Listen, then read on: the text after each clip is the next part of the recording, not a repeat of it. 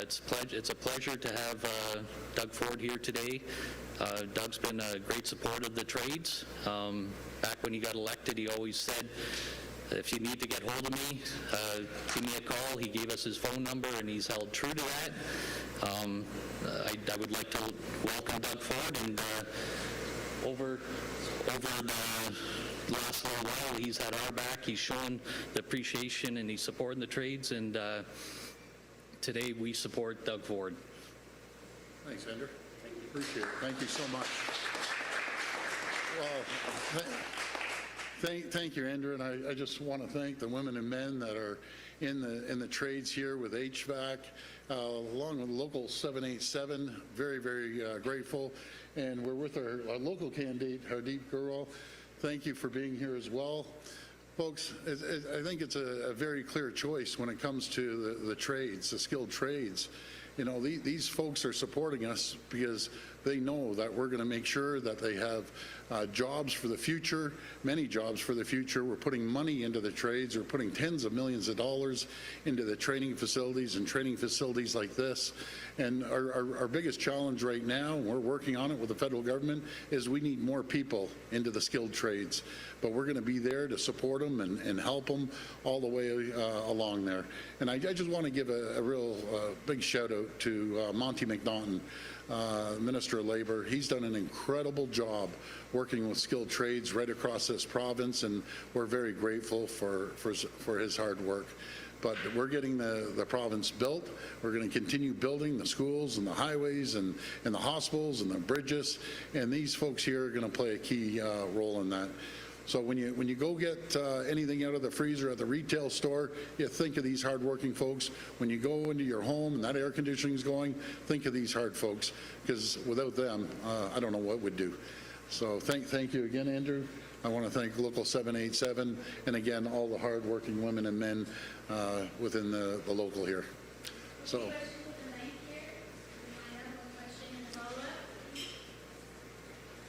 Good morning, Premier. Antonella Artuso from the Toronto Sun. Hi. I wanted to ask you about an issue the Liberals raised this morning. They say that you're beholden to big box stores. Those are your political opponents, but certainly during the pandemic, many a small business owner said that they felt that you put large corporations ahead of their interests. So how do you respond to them now in the middle of a campaign? You know, that's our political opponents. They're going to say what they want. But I followed the advice of the Chief Medical Officer throughout this whole process. Right from day one, I'm going to continue to follow the Chief Medical Officer's advice. We supported the small businesses, not the big box stores, but small businesses by tens of billions of dollars. We were giving them grants up to $40,000 that they didn't have to pay back, taking care of the electricity costs, their overhead, their labor costs, their rent. So, you know something, I'm a big supporter of small businesses. I was raised in a small business. I get it, and I understand the struggles that they went through, and that's why we stepped up to support them. Thank you. I wanted to ask you about the nature of the campaign that you're doing. It appears to be a classic front-runners campaign. You're ahead in the polls. You're focusing on certain issues like union support, build, that sort of thing. But there are many other issues out there for people. For instance, we've had carjackings, we've had police officers injured at a fireworks display. So I wanted to ask you, shouldn't you be out talking about what you're going to do on other issues as well? Isn't it fair to the voters during an election campaign to tell them what you would do, for instance, on crime? Well, Antonella, thank you. I'm out here every single day, and I appreciate the question. You know, let's talk about the crime. We're putting $189 million with police services right across this entire province to fight the guns, to fight crime and people that want to commit gun violence. You know, my theory is very simple. You know, we need to toughen up the laws. Nothing can drive the police officers more crazy when they arrest someone, put their lives on the line, and all of a sudden this person's out running around on the streets 2 days later. So my request to the federal government, we have to toughen up on crimes. You can't give them a slap on the wrist. Someone commits a crime with a gun, they're going to jail. They got to throw the key away and teach them a lesson that we won't tolerate gun violence in this province whatsoever. Zero tolerance for that. And that's what we need to do, enough of the slapping on the wrist. And as for our Border Patrol officers, they're phenomenal.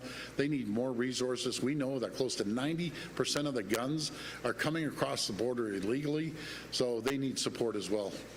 Hi. Good morning, Nusheen Ziafati, Canadian Press. Hi. Your government promised in 2019 to clear the autism waitlist, but instead it has grown. You promised during the last election that parents with children who have autism wouldn't have to protest on the lawn of Queen's Park again, but we did see protests. What is your message to that community this time? How will you earn their trust back?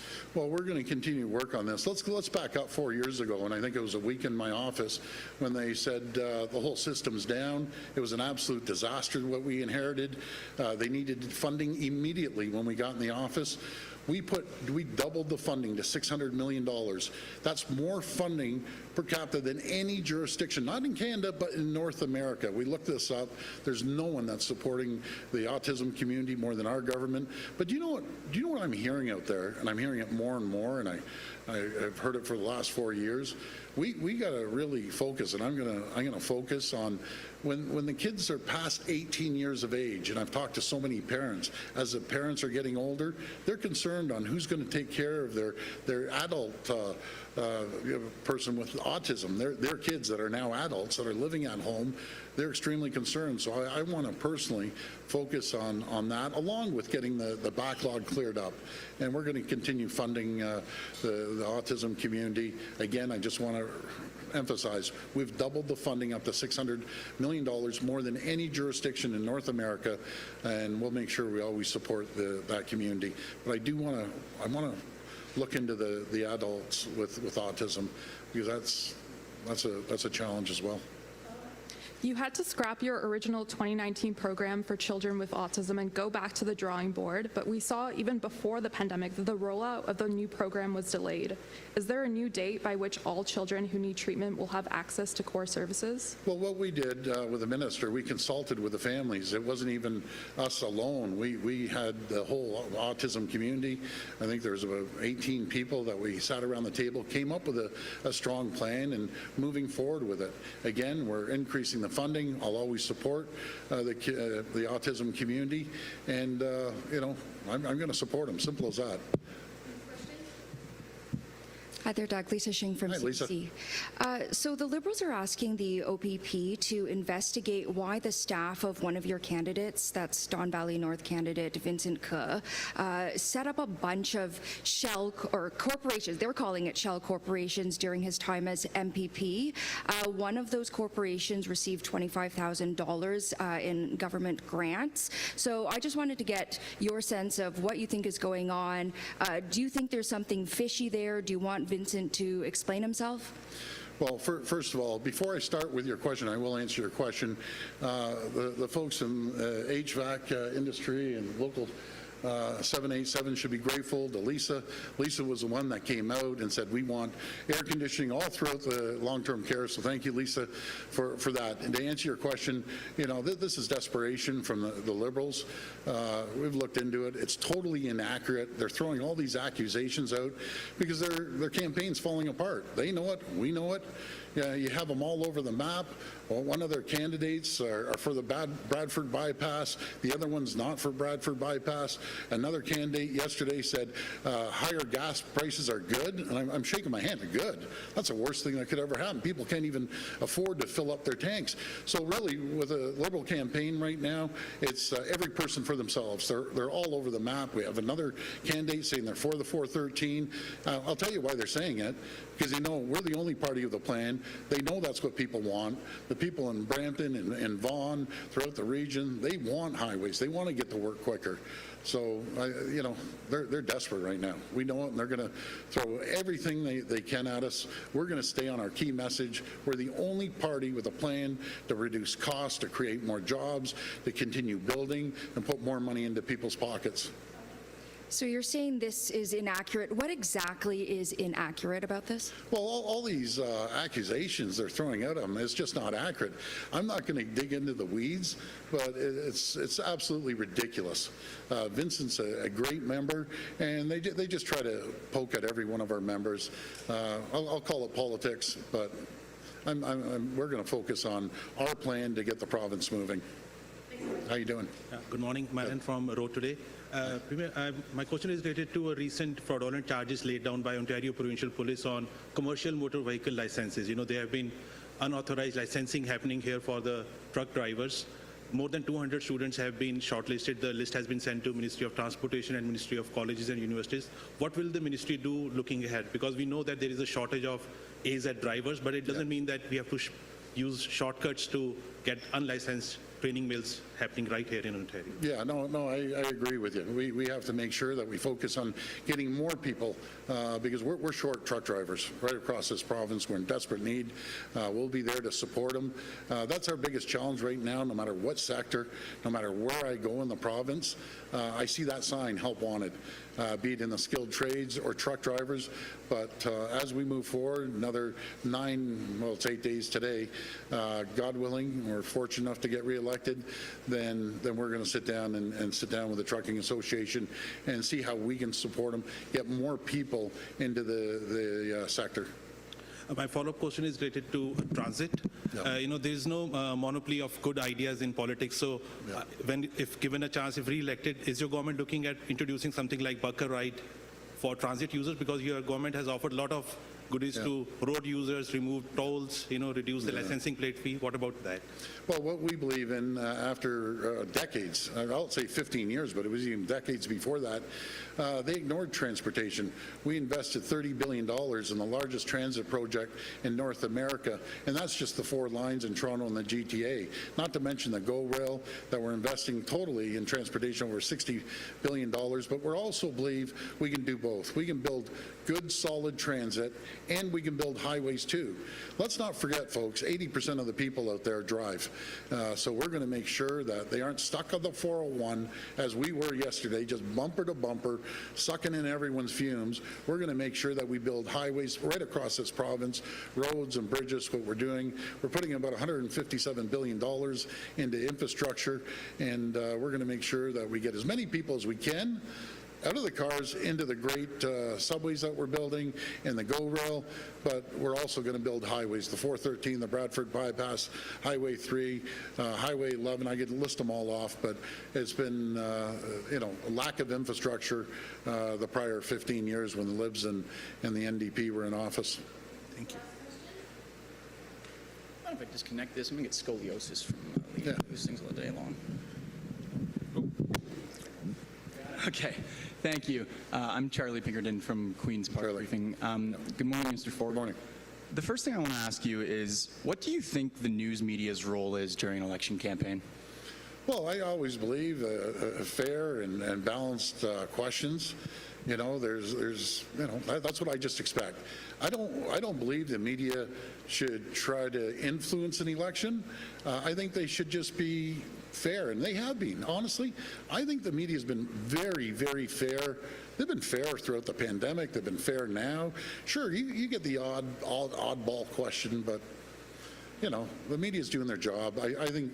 Honestly, I think we've had a really good relationship with them. I want to thank the media because some of the best ideas will come from you guys. I can't cover everything. A perfect example, and I'm not going to boost you anymore, Lisa, but the best idea was when Lisa came up to me, and there's a million things going on in the pandemic, and I mentioned about the air conditioning, and just imagine, be it my mother-in-law or someone else's mother or father in long-term care, and it's about 100 degrees in the room. Because of Lisa, she brought it up, and I said, I promise we'll get it done, and we got it done. So they've been very helpful as well. All right, and on a different topic, late last night you tweeted that you were horrified by the senseless shooting in Texas. Yes. You've talked about this today, and you've made quite clear before that you think the federal government should beef up its border control and increase the length of time that somebody found guilty of a gun crime spends behind bars. But the federal government, a government that you would have to work for at least another 3 years if your party's reelected, wants to give money to provinces that ban handguns. So I'm hoping you can give me a yes or no answer to the following question, and do feel to elaborate if you care to, but if the Trudeau government offers to bankroll provinces' efforts to ban handguns, would you accept the offer? Well, I'm going to first of all give my condolences. My heart breaks, and on behalf of all Ontarians, our prayers and thoughts are with the families.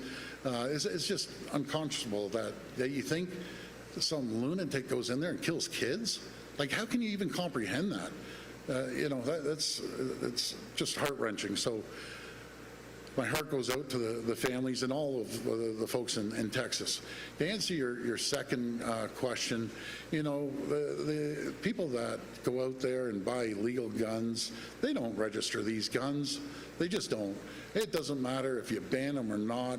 These are illegal guns coming across the border. 90% of them are coming across the border. We're doing everything we can to support our police to get the guns off the street, and we were just asking for support from the federal government to keep these guys in jail for a long period of time and to support our Canadian Border Patrol officers that are out there working their backs off trying to keep the guns from coming into the country. Would you accept the money from the feds if they offer it to you? Again, I'm pretty clear on this. I need money to make sure that we beef up Border Patrol. I need money. We spent $189 million to support our police. I'd love them to invest into more money for our police services across Ontario. That's what I believe in. You know something? These illegal gun guys that create crime and terrorize our communities, they don't go register it. They don't care. They're getting it illegal. They should be thrown in jail. The key should be thrown away, and teach the rest of them a lesson. If you commit a crime here in Ontario, you're going to jail for a long, long time. Simple as that. Thanks, everyone. I appreciate it. Thank you.